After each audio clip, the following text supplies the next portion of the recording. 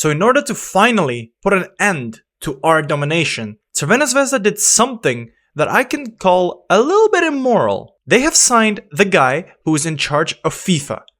They have signed Gino Infantino. Wait a minute, that's not him.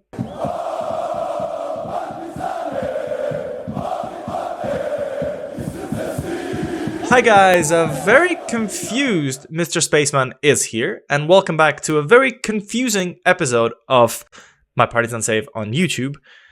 You know, I am actually unsure if this guy has any relation to the CEO of FIFA, you know, the organization, not the video game, but for the canon of this save, let's say yes. Let's say that this guy has a relation to Gianni Infantino, his son, and that's how Crvena Zvezda is trying to put an end to Partizan's domination by having this kid. And of course, what that means is every single ref is on their side, every single thing is on their side, and we're gonna get a points deduction for signing a lot of expensive players. I mean, to be fair, have we signed a lot of expensive players? Have we given FIFA a reason to deduct us points like they've done to Everton? No, but we may. The last episode was probably the most unorthodox one on this channel, where I've actually gone through a little bit of the summer to show you guys what I do, usually during the transfer window, and I hope you guys enjoyed it. But let me just give you a quick catch-up for all of you that aren't interested in watching it. First of all, why aren't you interested in watching it? I think it was a really good episode, but I think there are some interesting transfers that I need to introduce you to. So first of all, we have signed Tim, who is an absolute go-to. This guy is going to be our future box-to-box midfielder. He is absolutely incredible, amazing mentals, amazing physicals, and amazing technicals. And I think he is better than Basic, apart from the fact that he has a bit more things that are under 10. I think Basic had 2. This guy has slightly more, but he is very, very good. We signed him for 22 million. Absolutely incredible. So far, he hasn't really wowed anything, but to be fair, we brought him here to bring stability in the midfield, and everything else is a bonus. Let all the other people score. This guy will be a hard-working horse. He will do everything required of us to hold out, to destroy other teams, and let, you know, our defense rest and let our attack play well. I'm really excited for him. 22 million is absolutely nothing, take into account that he actually is valued now at 41 to 51 million. That's insane. Another guy we signed is Fabiano Monero, who is actually an amazing player, and we've loaned him out straight away so he can get some game time at this side. Sun, no idea who that is. He looks very good. I'm really happy to have signed him. I think he'll be a beautiful, beautiful player for the future, and also for 6 million. That's actually an absolute steal. I can say something similar about this kid, Shohei Sakamoto. This guy is incredible, and actually, since we've signed him, he's played his first game for the national team and scored his first goal. We love that. Absolutely incredible. This kid is really, really good. He's a perfect box-to-box / ball-winning midfielder with incredible heading, and he's not very tall and has a tiny jump reach. I don't know why he's good at heading, but you know, it is what it is. He's very, very good. I've talked about him in the previous episode as well. I think he'll be a perfect rotation option, apart from the fact he earns a lot of money, and we signed him for 4 million. That's really nothing. Juan Foyth, I mean, what do I tell you about this guy? He is incredible on stupid wages. We signed him for 34 million, which is a record. By the way, we're starting to spend a lot of money now, which is really, really good. And he's a world-class defender. I think he's probably one of the best ones we could have gotten at this moment in time. I'm really excited for him, and I hope you're excited for him as well. And another player is Leonidas Steklak, who is also a very, very good player, who's going to be the Basic replacement on the right-hand side. Very, very good player already. Apparently a leading Super League player, and most importantly, he cost less than 1 million. And I guess we've also done a lot of transfers, a lot of players going out on loan. We started this summer with like 40 people maybe in the squad, and we're ending up with much less. A lot of players are going on loan. We're going to give them some game time, but there's some very interesting and cool things to talk about in terms of sales, because as you can see, we sold 57 million. It wasn't that much at the end of last episode. So what happened? Petr Radkov has left the building. He's gone to PSV for 18.75 million, which will reach up to 22, plus some nice clauses. I think he was always a player that was like an investment for me. I signed him from, I'm not really sure who, I think it was Nagoya for 5.25 million. They made money on him. We made money on him. Everyone's happy. He's not done too good in the Bundesliga last year, and we have way too many players already. I think he's a kind of a wonder kid for the Serbian national team, at least in FM. I think he's really, really good. It's just, again, I think he's average. That's the problem. I think he's average, and we're outgrowing him already, and he's at 24 years old. Probably can improve a little bit, but not by that much. And, you know, there's a chance that he might have problems with injuries. And, oh my god, I didn't even see this. He doesn't enjoy playing in big matches. And that's what we're about. Big freaking matches. Remember all the Champions League games we won? Next massive sale is Rodrigo Mora, who has pissed me off enough for me to actually sell him. I'm really, really disappointed in this. I think this guy in a different universe would have been a perfect right back for me, or right wing back for me. I think he's incredible. Yeah, he can't really defend, but he can do everything else up front. I think when he did play for us, he was very, very good. I think he was consistent. He was good. He was getting game time. And then he started thinking that he's good enough for the Premier League. And apparently that 1 million is enough to unsettle him, which is insane. So I sold him for 11 million to Brazil with another sell-on clause. Again, most likely, I think he will develop to be a great, great player, but he's a bit inconsistent, kind of one-footed, which, I mean, fair enough, he's a right-sided player, so maybe, I don't know. But 11 million is not a bad amount of money to get for him, plus the clauses as well. That's a really good sale. So this sale you guys saw in the previous episode, we sold him for 5 million to Sunderland. And on one hand, I think it was a good sale. We made some money for him. He wasn't going to get game time, yada, yada, yada. However, on the other side, his value is now 5 to 6 times more than what we sold him for. And also, what you didn't see in the previous episode, and what I found out just now, was that when I was selling him to Sunderland, I didn't know one thing. And that thing is that Sunderland is now in the Premier League. I think they've robbed us. They've definitely robbed us. And looks like some of the games have been played already. They're currently 8th. And there are interesting games here. Did he play in any of them? Oh my god, he scored 2 goals in 4 appearances. And all coming from the bench. Man, absolutely insane. I mean, he looks like a very, very good player. I think he had decent chance to become something great, apart from the fact that we have so many freaking wonder kids already. Like, not only just from our club, we started signing lots of players since we started making money. So I don't think he'd get the game time that he would have wanted. And also another weird thing is maybe moving to the Premier League will finally get him noticed for the Serbian national team because he's got 0 caps. And I don't know how that works because, you know, some players get it. Like, for example, Alilovic has 7 caps now. Weird. And he has 0. Yeah, I don't know how. The biggest and the most controversial sale is the sale of Jerry St. Just, who has pissed me off enough for me to sell him. In the last episode, I said I'm going to keep him. I changed my mind and I sold him because we have so many youth center backs that are coming through. We've identified some more that will be coming through next year. So yeah, it kind of made sense to let him go, especially with the signing of Foyth. And also the fact that injury proneness, I mean, he could break at any moment. And I think this is the thing that kind of interests me. Lack of natural fitness is reflected by a lethargy in his game, which kind of maybe potentially could explain why he kept phasing out of play so often and he kept conceding weird passes. Maybe that's the case, but he's gone to Lokomotiv for, I think it was 4.5 million, which I think is quite a decent deal.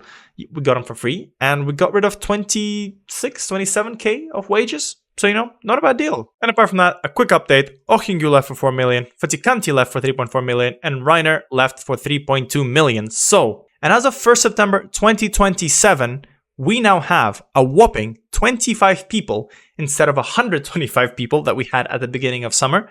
I think we've done a really good job loaning out some players, selling some players, and potentially there could be even more sales as there been an offer for Andre Borza from Augsburg for 18.75 million. So what does that mean? This means that I will have to sign a replacement, and hopefully by the end of this episode, I can confirm it. Should I spoil it for you who it is? You know what?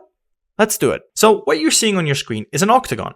And I would like for you to guess which one is Andre Borza and which one is the new player. Yeah, of course I'm going to sign the better one. It is the blue player. And let's do a quick zoom out. You will see that it is Ryan Ait Nouri from Wolverhampton Wanderers. I mean, what can I say about this guy? I think he is absolutely incredible. I mean, he's a wonder kid that was signed originally by Wolves ages ago. He's played a lot of games for them so far over the years. And for some reason, last year, he was happy enough to play in the championship. But I guess this year they failed to get promoted. And he's still there. He's complaining. He wants to leave. He wants to join a big side. And we're trying to buy him for 24.5 million. For a player of his quality that can perform for me, and he has performed for me in previous saves, I think this is a perfect replacement for him. It'll be a bit unfortunate for Barco to have another world-class left-back ahead of him, but for now, let him enjoy the game time. And finally, just before we get into the game against Crvena Zvezda, where we're going to be inevitably beaten by a few random penalties, let me give you a quick update of what has happened. And by the way, I did forget to tell you, yeah, everything looks new. Yeah, I'm trying out a new skin. I hope you like it. But the first game that we had at the start of the season was against a certain Tekslash side, which we managed to smash 4-0 with goals from Barco, Matija Popovic, and Lachlan Deans, and an own goal. Not bad start, to be fair. The game against Spartak won for a beautiful performance. Milovanovic with a double, Martinelli with a singular goal, and Andrei Borza scoring probably his last few goals for the club against Spartak. Mladost 3-0 against them, Sufana Moinata, Milovanovic again, and Barco on the score sheet. Very, very good. This guy's already staking his claim for the left back position. Partizan against Napredak finished 4-0 with Lachlan Deans with a double, Moyanta with a singular goal, and Milovanovic with an extra goal as well. 3-0 against TSC with goals from Esteval, Saldania, and Sakamoto in the later stages of the game. It was funny. 3-0, as you can see, past the 70th minute. We were not at the races for a while, threw some players forward, and apparently it took all our midfielders to score. Absolutely hilarious. We actually managed to make it to the Champions League proper, woohoo, by beating Maccabi Tel Aviv 2-0 with goals from Barrios and Matija Popovic. And then the game after that was a very interesting game against Ivor, 6-2. Lots of people on the score sheet. I'm not even going to try and read them, but as you can see, lots of strikers scoring, which is nice. Another 2-0 game against Maccabi, this time away, which was really, really good. Hudikov got him out of the match, despite the fact that we dominated them for the majority of the game, even Teklak scoring his first goal for the club. No idea how. I don't think they've done that much, but hey-ho. And finally, it took us 91 minutes to score our only goal against Vozovdats, and they were a man down since the 64th minute. So that was a tough game. Hopefully today is not going to be this tough, but so far, our run of form is quite good. We've conceded only 3 goals. I mean, to be fair, I kind of hoped we didn't concede those 3 goals, but hey-oh, it happens sometimes. We didn't rotate the squad as much because I want to introduce the players to each other. So it's really, really important. And that means that today we're taking on Crvena Zvezda, and we're also going to find out at the end of this episode, or maybe in the next episode, who we get in the Champions League. But for now, here is going to be our starting lineup. And we have an injury to Stamenic, which means he's down for the count. And unfortunately, he's going to be replaced by Sakamoto, who I think is okay. He's still learning how to play with his team, so we'll see how he goes. Maybe we need to sub him out at some point. But we're going to have Hudikov in goal, Milinkovic on the left, Vitic in the middle, Foyth on the right, Barco and Martinelli as our wingbacks, Sakamoto playing with Tim in the midfield, Deans, Popovic and Saldania up front. And this is going to be lineup against Crvena Zvezda. I think, potentially, unluckily, Milovanovic missed out. I want Saldania to play a little bit more, but at the same time, man, look at him. Milovanovic had 6 games, scored 4 goals for the club already. I'm kind of feeling that I need to play him a little bit more, but at the same time, I just love Saldania. I feel a little bit suspicious not playing him too much, but we're going to have lots of time to play all of them, and I think Milovanovic will just score goals. He'll just score goals regardless, and he doesn't complain. I love that man. Let us see if the president's son is starting. But for now, you get to see our lineup. And to be fair, Deans, Popovic have started the season well. Even Milovanovic scoring lots of goals. And no, I don't think he is. Where is he not on the bench either? He's not on the bench either. So Infantino maybe won't be influencing the game today. I don't know. But it's kind of a funny thing. I mean, every time I've been suspicious about Crvena Zvezda. And for some reason, this time I actually have a good reason. Oh, and by the way, another big update. I do love the fact that when you come to my channel, you find zero organization because my thoughts just bounce everywhere and they don't make sense, and that's absolutely fine. But Crvena Zvezda have a new manager. They've sacked their previous manager. Nenad Milovanovic is now the manager of Crvena Zvezda. I don't know what you guys think. Tell me in the comments. Is he good? Is he bad? But he was the manager of Versace. I think that's how you say it. I'm probably wrong. He was there, and then he joined Železničar. Wait, let me double check. How does one check this? Okay, there we go. This is better. So when the game started, he was a manager of Kolubara, I think, and then he joined Novi Pazar as an assistant manager, and then he joined in the same year as the manager of Železničar. I don't understand. Please tell me in the comments what the hell happened. Why did he manage so many teams all in 1 year? But he's not the manager of Crvena Zvezda. Look how the mighty have fallen. I mean, to be fair, I think he's actually better than the previous guy, so maybe they could do better. Right, the first highlight, and they have it. As Saldania does a trick pass to Martinelli, he's already showing off. He's showing off this beautiful new skin that we're having, and it kind of looks a bit neater and nicer. And the play is also nice, as Deans finds himself on the left-hand side to Barco, who's going to run down the left. Is he going to score a goal? He isn't. But to be fair, Barco has always been that bit better in terms of goals than, what's his name, Borza, which was kind of interesting to see what's going to happen to him if I do sign Ryan Nouri. I have offered him a contract. Let's see what happens. Will I be able to confirm it before the Champions League window? Most likely not, because I always do this. I leave it till too late, and then I can't have a world-class player playing with me until we actually make it out. I do hate myself. I hate myself very much. No more interesting stuff for you guys. I guess you'll just have to look at my face and have me talk.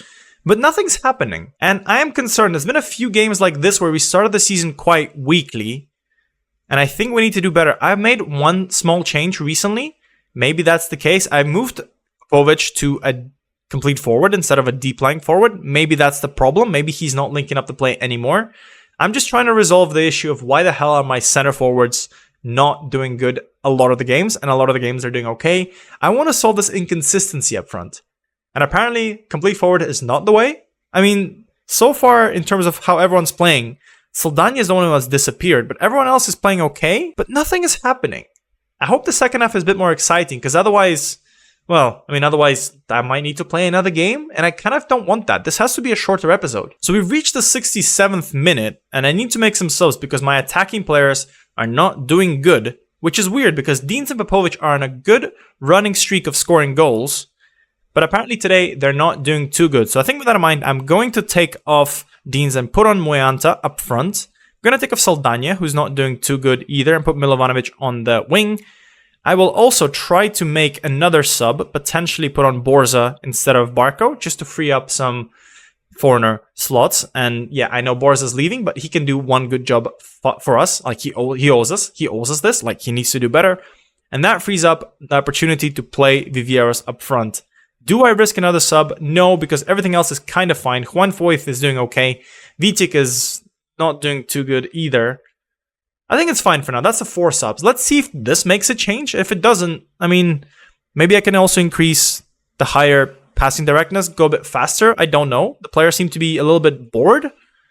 7 shots, 0 on target versus 5 shots, 0 on target. So the keepers are just chilling.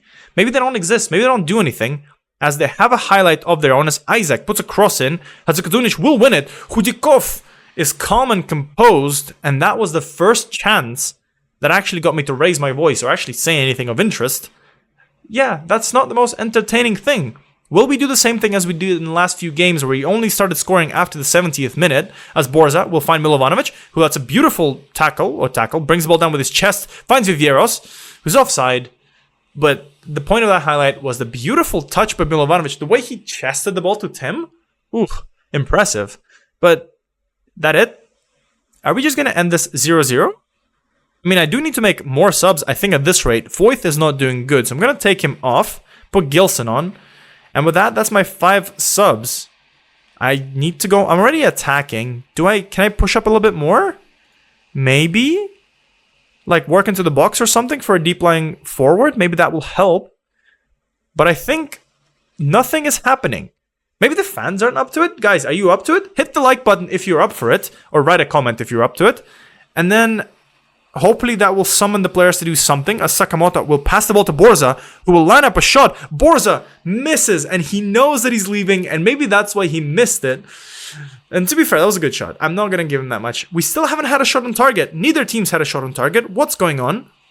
As, you know, they're about to have their one and only shot on target and score the goal and end our game streak, which will be absolutely awful. So maybe they won't need a, FIFA intervention to stop our running streak. Milovanovic, Gilson, do something.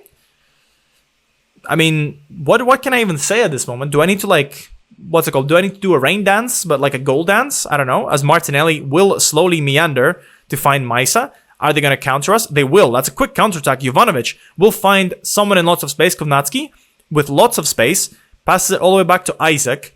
Not the most entertaining game in terms of chances, but Maisa is on the ball again. Jovanovic, beautiful one-touch pass to Kovanski.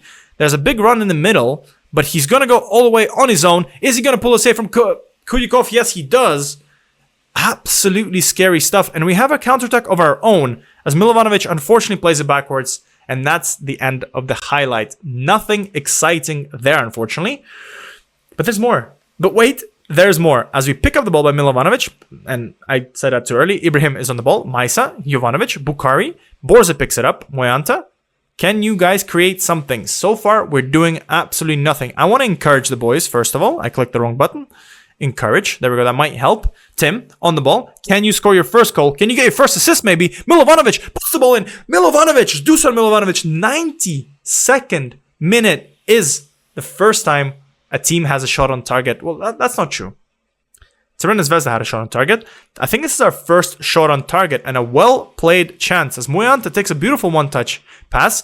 Tim, I'm not going to pronounce his name. Tim passes to Milovanovic and a beautiful finish pass for Radunovic and another new goalkeeper. This team is insane. Will the time run out? We had one shot on target, one goal.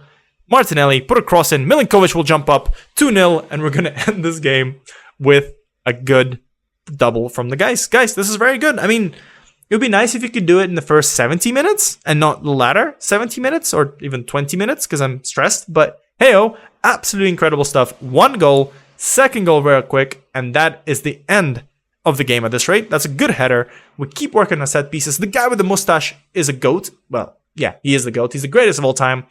Unless we concede. Then I'm going to have a word with him as Kovanski finds Milosevic.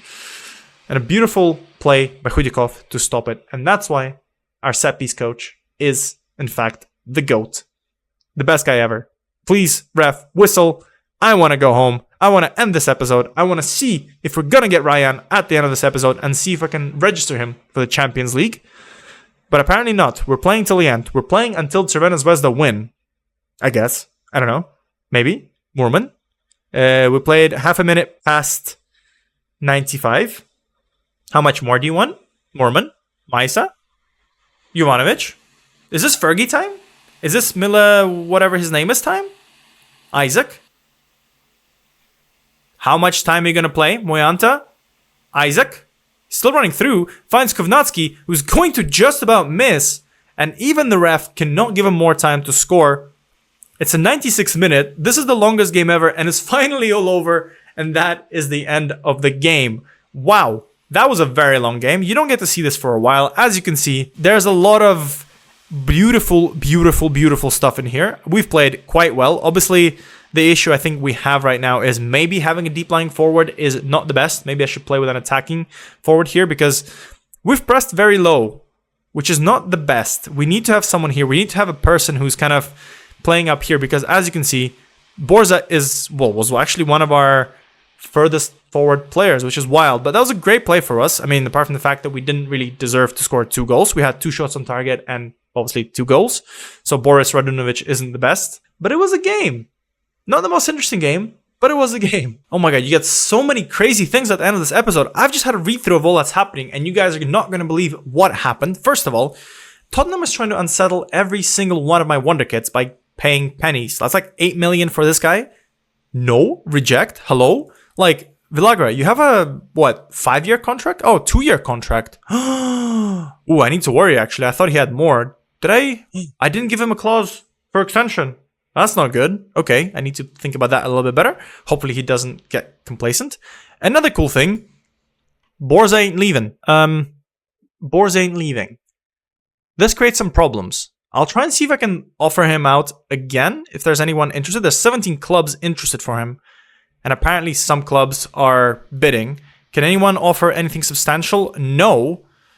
Okay, so hopefully we get to see... I mean, obviously this offer transfer thing doesn't work, so we'll see what happens. And I guess this episode doesn't end until I either sell Borza or I buy Ryan. And then I have to make a decision. What do I do then? I mean, first of all, we'll have to talk to Villagrov about that he should stay. I mean, I'm going to do a thing that's absolutely useless and never works. Popovic, convince him to absolutely not hate me. He's still unhappy. Okay. We have an issue with Villagra. We have an issue with Villagra. I'm disappointed that you blocked my transfer because this was a big chance for me to play alongside better players. I don't think you're going to get as much game time. Don't be silly. Of course I'll get enough football there. I'm going to insist on this. I think the lads will be very interested to hear how badly you've dealt with this. Bro, where was Tottenham in the Champions League and where are we? Stop complaining. Get yourself a nice nil contract extension and you will get lots of game time under me.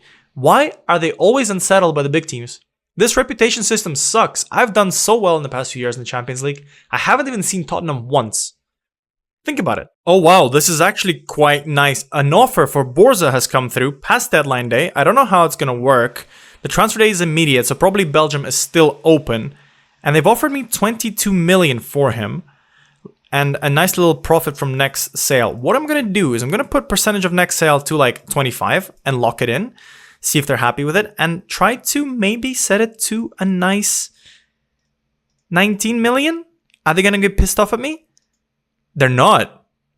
I could have asked for more, but 19 million from Borza for a player that, in my opinion, has kind of stagnated a little bit and has kind of let me down as well a little bit. That could be very, very good, especially considering that we have a world-class replacement coming for him.